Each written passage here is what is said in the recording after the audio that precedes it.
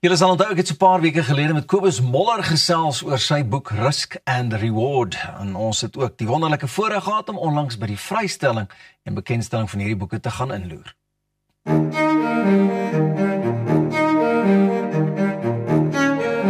Ons is hier in die Sinotaafsaal van die monument, seker die beste venue wat 'n mens kan kry vir 'n boekbekendstelling.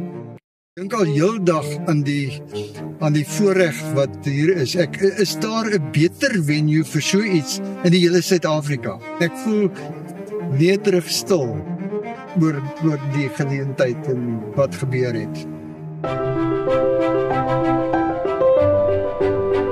Ons staan vanaand hier so eintlik, ek dink, in die mees unieke kunsgalery in Suid-Afrika, want dit is die enigste monument in Suid-Afrika wat bymekaar kom plek is van ons top Afrikaanse kunstenaars, wat dan die voorreg het om ook hier te kan uitstal. En wat dit dan ook vir ons baie spesiaal maak, is dat Kobus Moller na COVID, het hy gekom met die idee saam met Piet Smit om te sê, maar kom ons begin iets hier, wat ons unieke waarde vir die Voortrekker Monument skep, maar ook 'n plek waar ons erkenning kan gee vir ons Afrikaanse beeldhouers, skilders.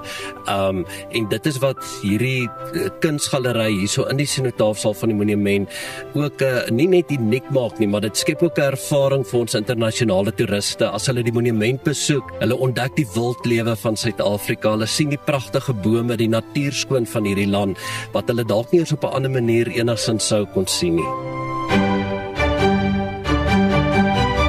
Hierdie boek, die naam Risk and Reward in Afrikaans, wag en wen.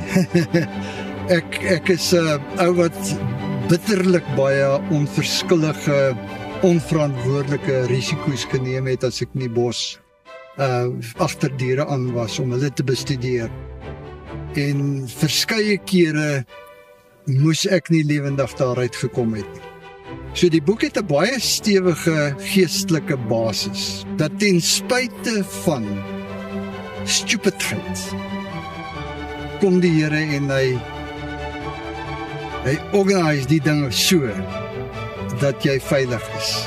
En ek wil vir mense sê, my dogter praat baie daaroor oor ons jong dae en wat ons alles aangevang het en so aan. Sy sê vir my, pappa, dit was die wonderlikste tye gewees, veral daai tye wanneer die dinge net baie erger was as wat 'n mens eintlik ooit by moet uitkom in die bos.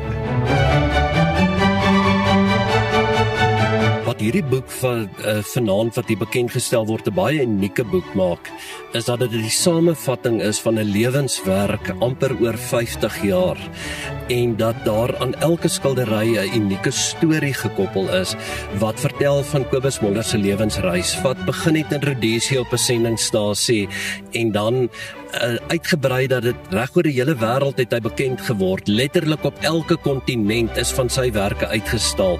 En as mense hierdie boek blaai, dan ontdek jy nie net die kuns nie, jy ontdek die siel van 'n kunstenaar. En saam met dit is die moeite, die fyn detail, wat nie net sy kunswerk nie, maar wat hierdie boek so uniek maak, dat hy elke voorblad op 'n unieke manier geskilder het, en dit nie net geskilder het nie, dat hy dit in detail gedoen.